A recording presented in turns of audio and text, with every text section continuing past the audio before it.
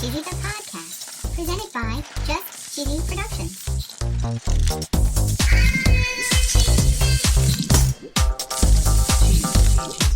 Hi there, I'm your host Fondue. I'm Cheesy. In this week's episode, we're going to learn all about flavor. Ooh, yum. We talk about where, what, and when cows eat, and the impact on the taste of milk. Whoa. We talk about a truck crash no. and some runaway cows. Aw. And of course, we tell our very cheesy joke. Ooh, I love a joke. Stay tuned for episode 145, Flava, on Just Cheesy, the podcast.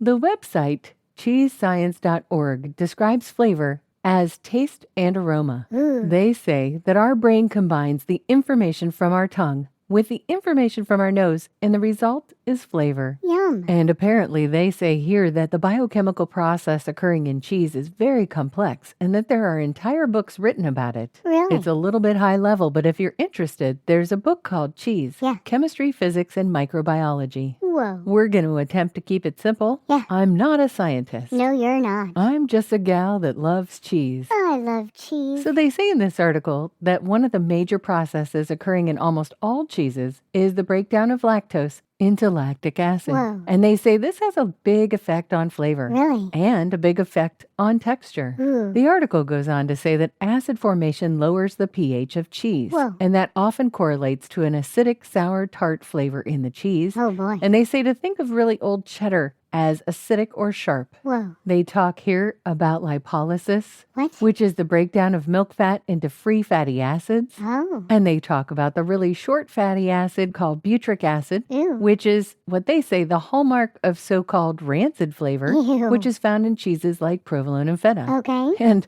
I quote, they say the not so consumer-friendly term for this is baby vomit aroma. Blech. They say longer fatty acids taste soapy, Okay. and the medium-length fatty acids are partly responsible for goat-like flavor found in goat cheeses. Oh, my. They go on to talk about proteolysis, Okay. which is the catch-all term used to describe reactions involving protein breakdown. Okay. Here they talk about peptides and how they contribute to bitterness. Oh. They talk about the contribution of free fatty acids to buttery, fruity, and perfumey flavors. Ooh. Simply put, there's a lot that goes into the flavor of cheese. Yeah. There's an abstract on ncbi.nlm.nih.gov. Okay. They talk about the factors influencing the flavor of bovine milk and cheese from grass-based versus non-grass-based milk production systems. Whoa. And not being a scientist, Yeah. this article seems to get pretty deep in the weeds for me. Yeah, it does. The text talks about the cows and whether they graze on pasture or they're fed in confined systems, Okay. and how that affects the taste, the color, the texture of the milk, and the cheese that they produce. Whoa. They talk about pasture-fed cows Yeah. and the impact on taste, color, and texture. Wow. The milk tends to be more yellow in pasture-fed cows due to higher levels of beta-carotene. Okay. Pasture feeding may also increase the amount of healthy omega-3 fats in the milk. Whoa. And factors like how the milk is processed and how long the cheese is aged can actually reduce these differences, which makes it harder for regular consumers to notice. Whoa. They talk about different smells and flavors from the cow's diet that can transfer into the milk and cheese. Whoa. And according to a2milk.com, a cow's diet truly does affect the taste of the milk. Whoa. They say that good tasting milk should be relatively neutral with a slightly sweet taste, Yummy. and that grasses such as carrots, garlic, onions, and alfalfa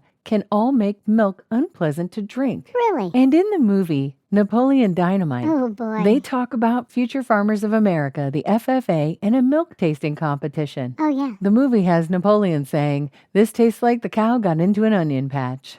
According to nursingcleo.org, back in the late 19th century, farmers and scientists discovered that feeding cows silage, a type of fermented food, could significantly boost milk production, but it also altered the taste of the milk. Whoa. They say all the way back between 1890 and 1920, they had experiment stations that conducted dozens of taste tests to account for silage altering the taste of milk. They said some of these experiments claimed consumers preferred silage milk. Whoa. Others wrote how silage could potentially destroy the dairy industry. Whoa. They said it was a really hot topic. because it kept popping up outside the lab and in newly minted national milk judging contests. Ooh. And it says here one of the first contests was hosted by the International Milk Dealers Association in 1921. Holy cow. Lots of debate and taste tests were there to determine whether silage was acceptable. Some of the experiments said that consumers liked the taste, others thought it would be bad, Whoa. and over time it was found that feeding cows after milking prevented the bad taste. Whoa. Milk tasting became a standard practice in programs like 4-H and FFA. Wow. 4-H and FFA are not sponsors, Nope. but if they were, the ad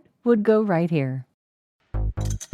Have you ever wanted to listen to the web? Yeah. Well, Newsly makes that possible. They do? They're an all-in-one audio super app for iOS and Android. Super app. You can listen to trending articles on the web on topics that you choose and get them read to you in a natural human voice. What kind of topics? Sports, Cheese? tech, business, science. Cheese? I'm sure there's even cheese. Yay. They even have an entire section for podcasts. Are we there? Of course we are. Ooh. It's one of my new favorite podcast apps. They even have digital radio. Holy cow. Just go to www.newsly.me to download it free. Whoa. Or use the link in the description.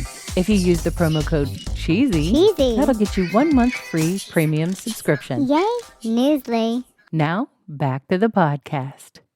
According to thecourtyarddairy.co.uk, the actual breed of cow can change the flavor of the milk. Whoa. And the article here asks, what type of breed is the best for making cheese? What kind? Jersey cattle are not great for making cheese. They Aw. say the milk is too rich and the fat globules are too large. Whoa. They say they're good for liquid milk and cream, but not cheese. Okay. They say in Britain, as much as 90% of the dairy population belongs to black and white Friesian or Holstein cattle. Whoa. These cows were popular because they have high yields and they're easy to manage. Wow. According to the article, their milk may not be the ideal quality. Oh, no. They say they also are intensive animals, that they need a high input of food to get a high output of milk. Sure. And they have a relatively short lifespan, Aw. just about 5 years. Aw. They recognize here that a lot of farmers have gone back to more traditional breeds. Really? Cows like the, I'm going to butcher it, Oh, boy. Montbéliard, Oh, yeah. which is used for French cheeses, and the Swiss brown cows, Okay. used for Gruyere.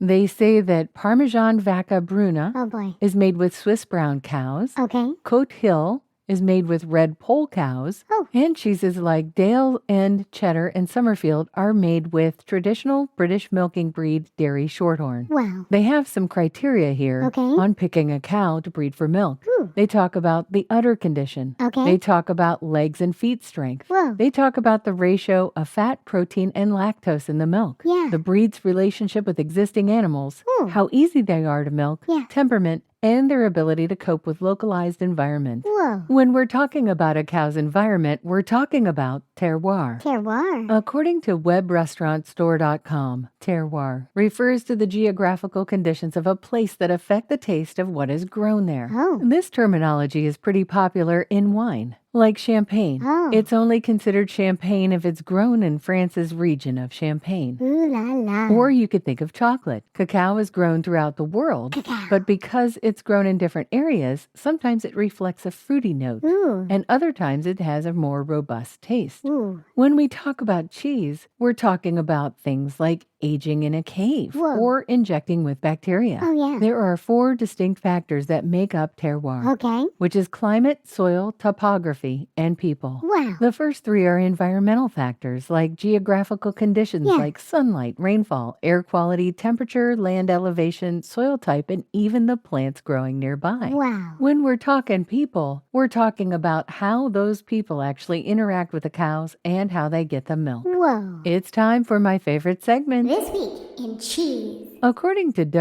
WCIA.com, there's some drone footage that shows an ongoing chase for loose cows Oh, boy. after a semi-truck hauling them rolled over on I-57 Aw. in Tuscola, Illinois. They show footage of one of the cows making its way through a cornfield as the community members are riding horses to track it down. Whoa. They say here that the lanes were shut down for several hours. Oh, no. They were trying to corral the cows, who actually escaped to the fields, and they left behind several trails of flattened crops. Aw. Here's to hoping none of them were seriously injured, Good luck, cows. I'm ready for a joke, Fondue. Okay. What do you call the cheese from a cow that eats corn? I don't know. Amazing. Oh. Get it? Amazing. Uh. M-A-I-Z-E, like corn? I got it, another dorky joke. Oh, come on. It was really cute and a little bit cheesy. Thanks for listening to Just Cheesy the Podcast, episode 145, Flava. Thank you. Join us next week for our second part of our flavor episode called Flav. And stay cheesy, everybody.